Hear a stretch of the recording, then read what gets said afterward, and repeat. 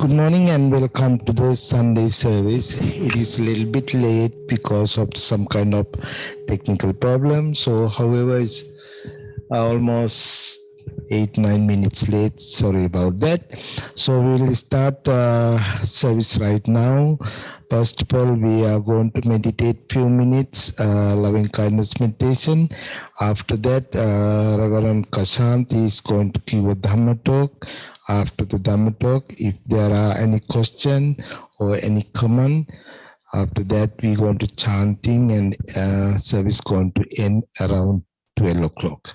Right now, we will practice a little bit metta meditation and thinking about the all beings in the world be well and happy, and practice a little bit about metta meditation, loving kindness meditation until we hear the bell sound.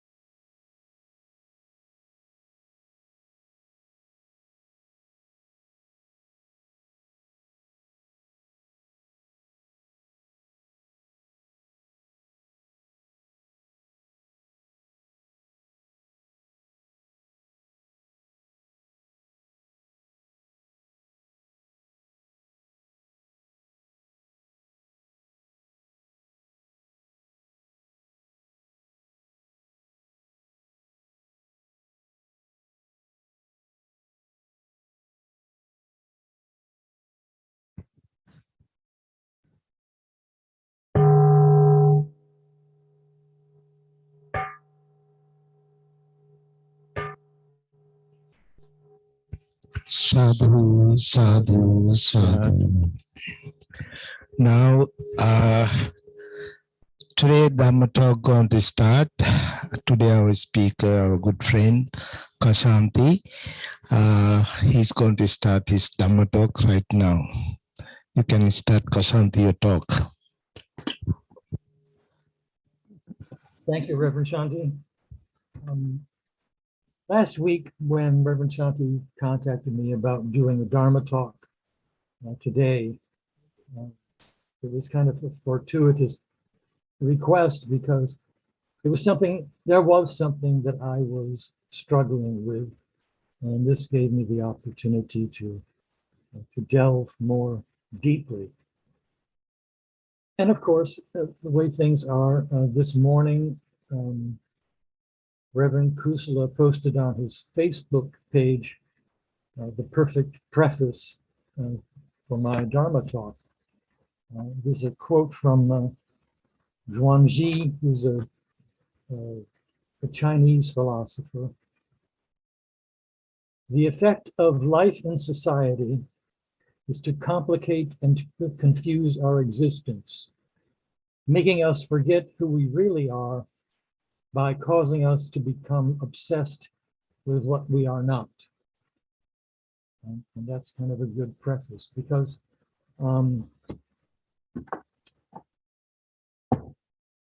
living in America and watching TV, I became obsessed with the January 6th hearings. And it made me relive them. It made me listen carefully to the 2 hours or so of the actual hearing, and then watch 2 or 3 more hours of commentary on what I had just heard. So it was a fascination with the abomination.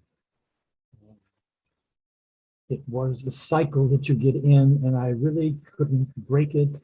And it made me start thinking things that really, as a Buddhist, I shouldn't have been going there. And so I had to say, wait, what is going on? And I was upset with my thoughts and remembered a Tibetan phrase, which was, revulsion is the foot of meditation. Here was something, those thoughts are something that started my meditation on those thoughts and where they were coming from and why I was spending so much time with them. I mean, in the Dhammapada, the first couple of pages, there's the couplet that anger should not be met with anger. Non-anger is needed to cease anger. Basic study, basic start of it all. And then I realized that their anger was being matched by my anger. Anger meeting anger, there would be no way out of this loop that we were creating. So I began looking at various Zen commentaries on the insurrections and the Buddhist response to them. And most of them, well, there were 2, but most of them directed me back to metta, to loving kindness, to deal with that. And the other one was settling in not knowing, not being certain of where I stood. But there was time to think about that and to investigate on a Buddha level, a Buddhist practice level, what was going on. And meditation, the metta meditation, loving kindness, is not just a recitation. May I be well and happy, may my friends, may my enemies. No, you have to meditate on that. When you come to may my enemies, you have to think about who they are. when I do the meditation, I always put a person, a specific person that I meditate on, a friend, a specific friend, an acquaintance, whatever, as I go through it. I don't get generalized until all sentient beings. So you have to deal with my enemies. And in the course of a fairly long life, I've had various sets of enemies and some professional, but on a personal level and very early in my life, I had what could have become enemies. Shraddha and I met in college. And so for the purpose of this story, we weren't Buddhists yet. So it was Victor and I. We met in college. And it was a small liberal arts college, very bucolic setting, very liberal. And it was an all women's school. And you may ask, why was I there? Well, they needed men, very few men, to do dance partners and scene partners and to do the heavy lifting. So when the two of us coupled up, it did not go unnoticed. And we were the living embodiment of Truman Capote's epigram. What's a fag? The homosexual gentleman who just left the room. Yeah, we lived for that. The unstated homophobia. And if we were Buddhists back then, we probably would have had the tools to more efficiently deal with it. As it is, we just kept going. We just kept being who we were. And that probably is the way a Buddhist would do it, accepting equanimity. And these weren't bad people. But there was this thing, and we had to live with it. So the insurrection, these are not bad people. This is not a conflict of good versus evil. In Buddhism, there is no good or good or bad, good or evil. It's not cut and dry. There's no duality there. They're not either or. There is a mixture. There is a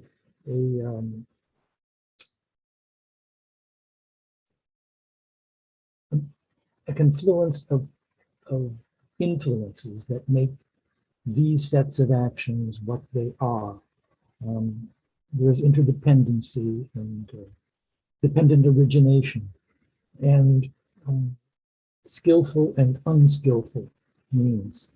And sometimes it's just a bewildered response that is an immediate output. So we have to deal with the three poisons that are with all of us. Each of us has our own store of anger, greed, and delusion. Some more than others, and some who live within it, abiding in it forever. Those become kind of fixed and more difficult to dislodge. But we each side have the poisons, and how do we deal with it? And so I thought, well, why were they acting out? And there was, again, in my research on the Sangha's reactions to it. And one Soto Sangha said, well, it's because of the 400 years of racial oppression. And I thought, well, that might be true, but I don't think that's top of mind, either with them in their anger or in my anger. It is more, I think, a sense of betrayal. These, these were people who thought they had been ignored. It had been ignored for a long time. There's even a book, um, The Flyover Country, The View from the Flyover Country. Everything seems to be focused on the urban, the semi-sophisticated, whatever, coast. And the great interior of this country just got cast aside, considered only when the time came to vote and they would make whatever, media buys in local radios. But they were feeling that they weren't being listened to. And then someone came along, Donald Trump, who spoke to them. And they felt the commonality because as much as they didn't feel they were being not listened to, Trump was feeling the same thing. I lived in New York, and Trump was a joke. I remember I worked for a cultural institution and his name was raised as a possible board member, and the room laughed. And Trump had to sense that, had to know that, had to feel like the unwanted kid pressing his nose against the window, and knowing that he would never be in that circle of people that he desperately wanted to be. So his sense of betrayal when he spoke of it, it was, they had found their person. And so what was my sense of betrayal? My sense of betrayal is that I thought we were all in this together. I felt that we were all Americans, that we all had the same values, kind of naively, but I remember we had a summer place up in the Catskills on Hunter Mountain. And upstate New York is really conservative. I mean, nowhere in the South could beat it, I think, in terms of redneckness and narrow-mindedness and provincialism and the whole works. But when we had the place there, we felt fine. I mean, we would stop by a roadside vendor and get our veggies. And there was a summer music, a country music festival every summer. And we loved going there. We would go and I'd park the Mazda next to the pickup trucks. And we would go and, listen to the music and chat with people. And I don't think I would feel as safe or as welcome there today. That's a real sense of loss. And that's, I think, where my anger came from, because I missed that. And we were both a confluence of our poisons for this bonfire that was the insurrection.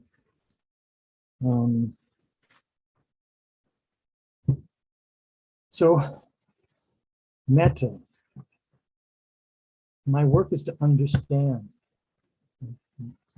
And part of it, the sensing that I got that. I mean, and to find compassion for their state of mind and for where they were coming from. And find a way to re-engage with them. Thich Nhat Hanh engaged Buddhism. There's 14 steps of how to be an engaged Buddhist, because as a Vietnamese monk in a country at war, we couldn't take sides. We had to speak to both sides and to be heard and to hear them. So it brings you back to the Eightfold Path.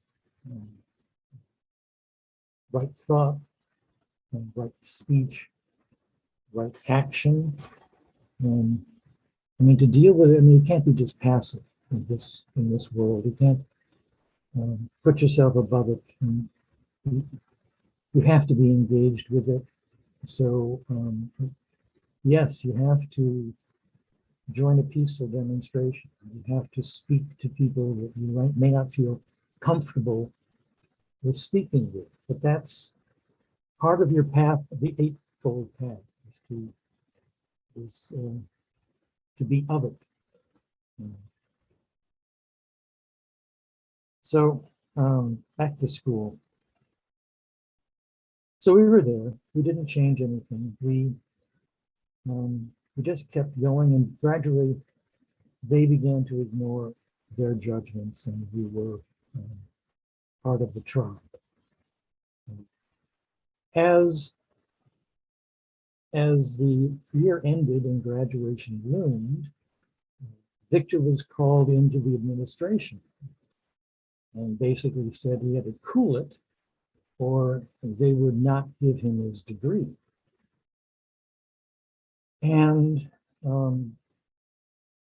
maybe his future Buddhism spoke to him, but he met them on their terms and in a way that they would have to understand. He invoked the threat of bad publicity. Here was a very liberal, very exclusive East Coast college about to throw the faggot out. And I think they realized that wouldn't go down well, either with their students or their donors or their alumni. So they backed off. And it brings back the hearings. We hope in the immediate with the hearings that the bad acts are exposed, letting the world see what it really is. And then to hope for justice, either in the court of public opinion or in the literal legal courts. That's not a decision of the hearings, but hopefully it will be a result of the hearings. And but it also brings to mind what the Buddha taught his son, Rahula, about lying. And something to keep in mind and to inform us as we go forward. The Buddha said, someone who feels no shame in telling a deliberate lie is capable of any evil. At the hearing, we heard one instance where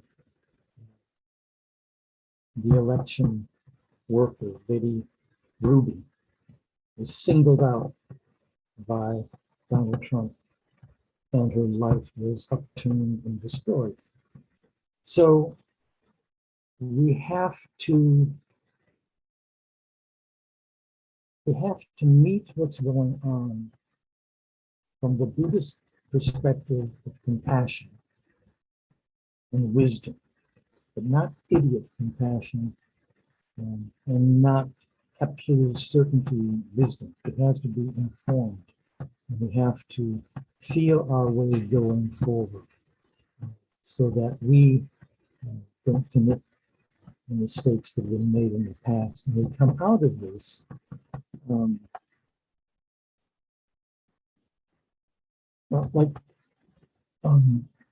one of the insurrectionists at the sentencing hearing, I guess, pleaded guilty. He finally said, I really messed up. He saw through it. He saw how the poisons had worked on him, how the lies had worked on him. And he realized, I really messed up. It's what that there is no good or evil, there's no duality, there is a mixture of it. He came, I guess, to be a better person. And there are examples through Buddhist history. The King Ashoka, who was really quite ruthless. He killed his brothers, his father, he caused wars. And then he found Buddhism. And there isn't a better champion of Buddhism. I mean, he founded schools and built stupas and made a turnaround. He is a beloved figure in Buddhist history. And there's the guy that went around and killed people and collected their fingers and wore a necklace of his victims' fingers until he met the Buddha and found enlightenment. And then was a faithful Buddhist who accepted that people weren't going to be, quite so forgiving, but he accepted that as a way of working off his karma. But he changed. So maybe those rioters, maybe some of them will change. Maybe sooner, maybe later. And maybe we'll need what South Africa did, the Truth and Reconciliation Commission, if it gets that bad. If we're that divided that we have to do that to come back together. But in the meantime, I can now say, may my enemies be well and happy, peaceful and free from suffering. May no harm come to them.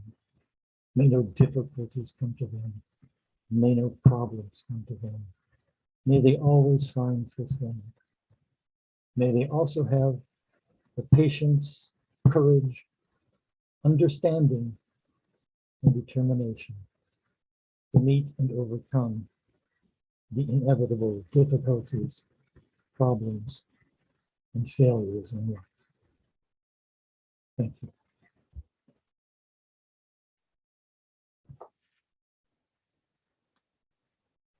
Any questions?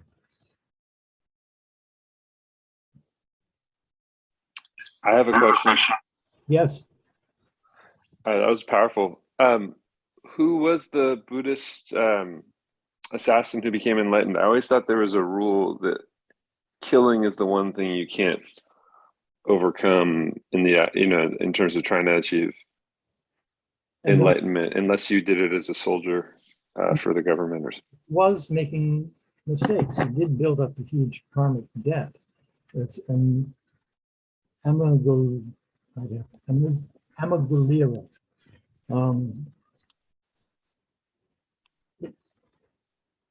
You can become a faithful follower even though you've done terrible things. You have a karmic debt to work off. But no, nothing is beyond the pale.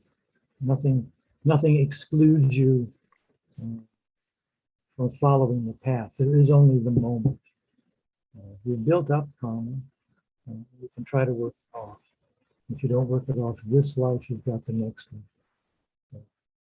There's nothing that's totally unforgivable. Well, there is one, I suppose, killing a Buddha. But yeah, I mean, just can't throw up your hands and say, oh, it's too late. No, you've got, you have this moment to deal with things. Thank you. Yeah, that's really helpful. And you said, just because I want to study him, his name is Amabularia? Yeah, I think if you just Buddhist,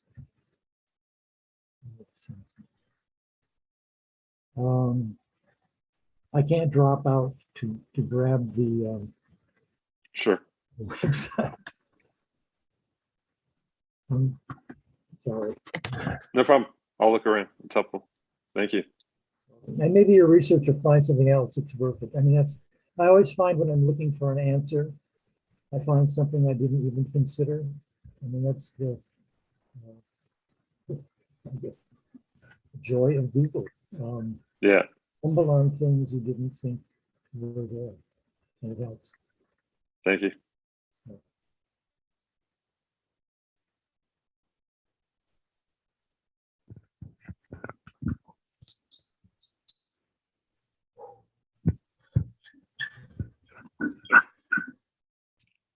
Any question, any comment?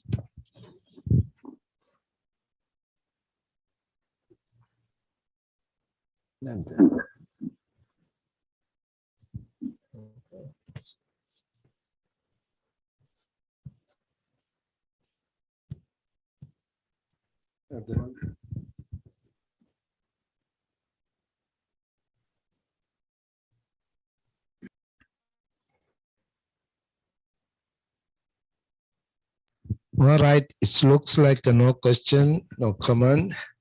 Thank you again, Kashanti, about your nice talk.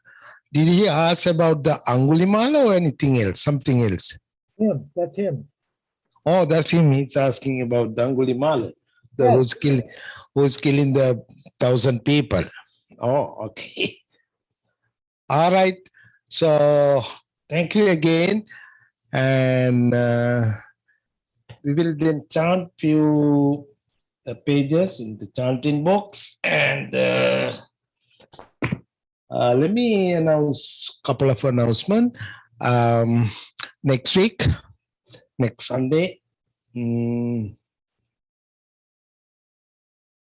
which is, I believe, the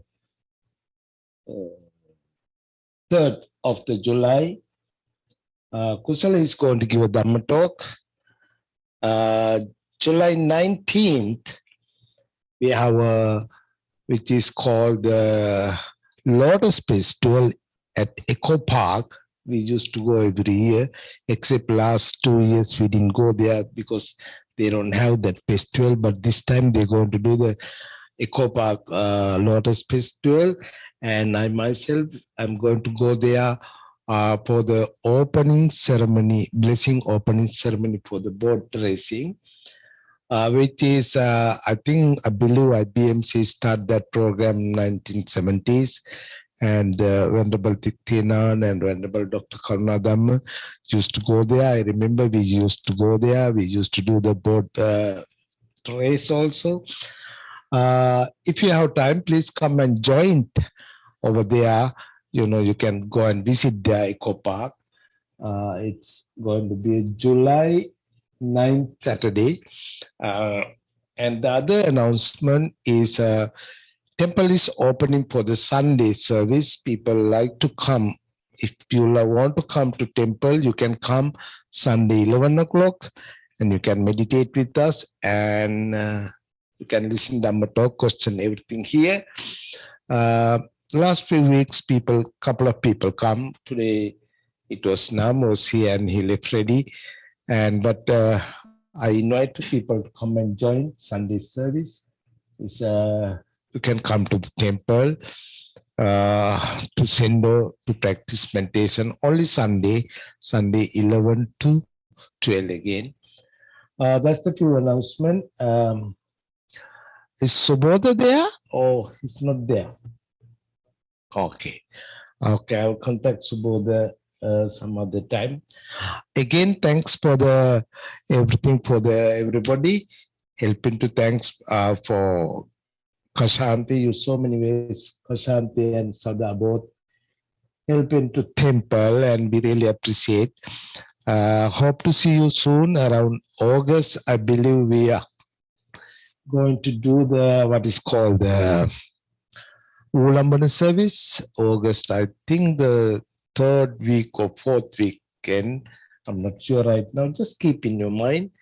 So right now, we're going to chant the page 1 and page 10.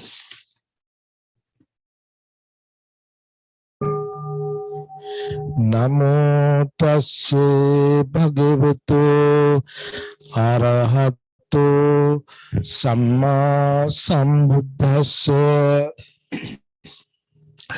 Namo tasse Bhagavato Arahato Samma Sambuddhassa.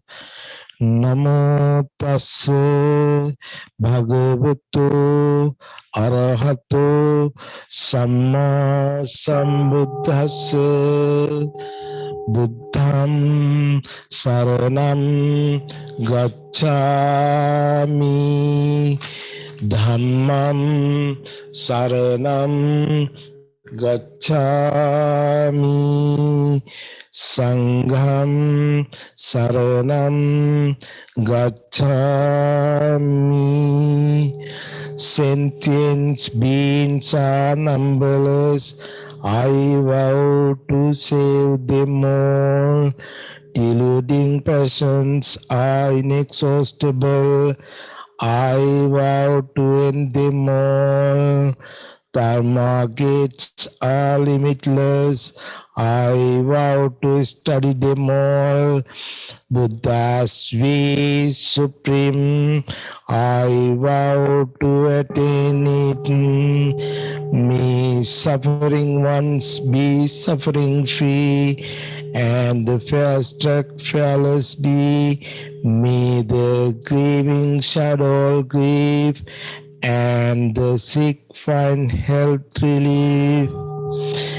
May all merits be extended to everyone, that we, together with all beings, may gain Buddha's way. Om Mani Padme